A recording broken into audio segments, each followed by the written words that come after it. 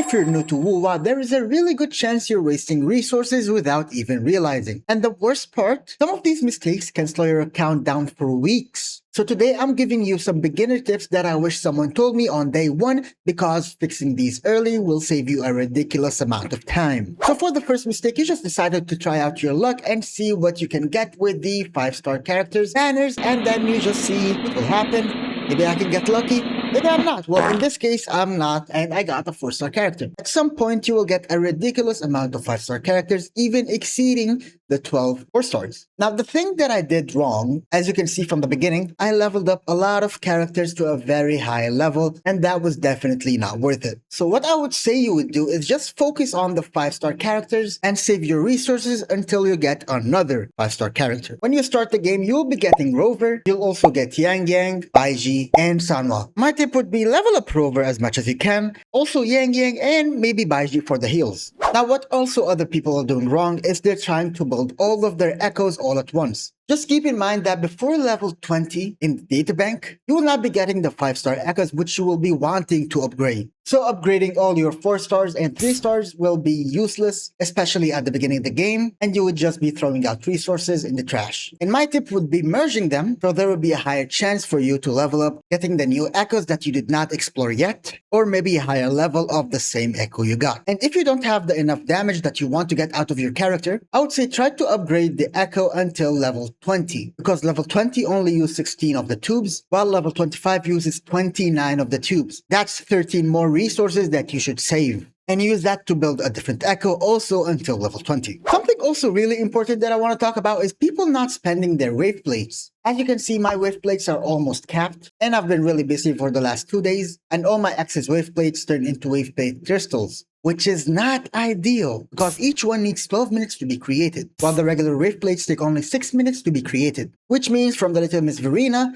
you're wasting resources. Oh, and speaking of resources, you should try to level up as soon as you can, because when fighting, let's say, the weekly boss, each level drops a different amount of the wanted material, which is We Who Question in this case. You pretty much want to get to the highest level as much as you can and as quickly as you can. And to do so, you just have to do all your weekly activities, all your daily challenges, maybe forgery challenge, simulation challenges, boss challenges. All of these drop your union level XP. Let's get back to the characters. Now, my Ameth isn't using the best sword that she can because I wasn't able to get her signature weapon. And choosing the right weapon for the character is the best thing you can do for the stats of that same character. Now, Laser Shearer has energy regen at 38.8% at max level, while the Emerald of Genesis gives us crit rate at 24.3. Now, would this be called a good build when I have the Laser Shearer? No. That's 100% wrong because Imeth uses the crit rate that she needs to breathe. So switching to the right weapon and having the correct weapon skills on her is very important because this also increases the energy regen by 12.8%. When the resonance skill is cast, it increases attack by 6%, stacking up to 2 times, and this effect lasts for 10 seconds. Now this is huge for someone like Imeth, which uses her skill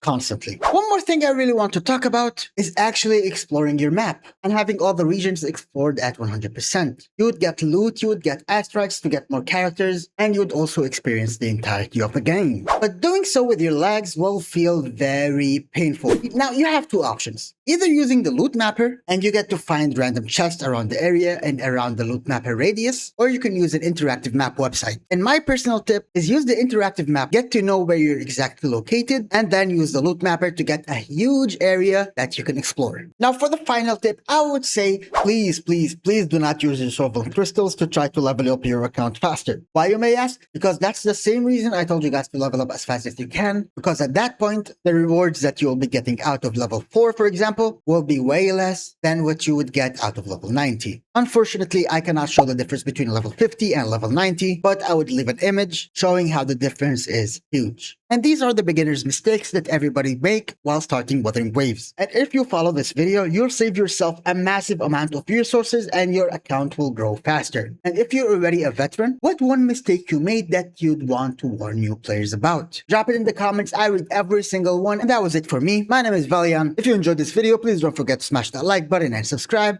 And I'll see you guys in the next one.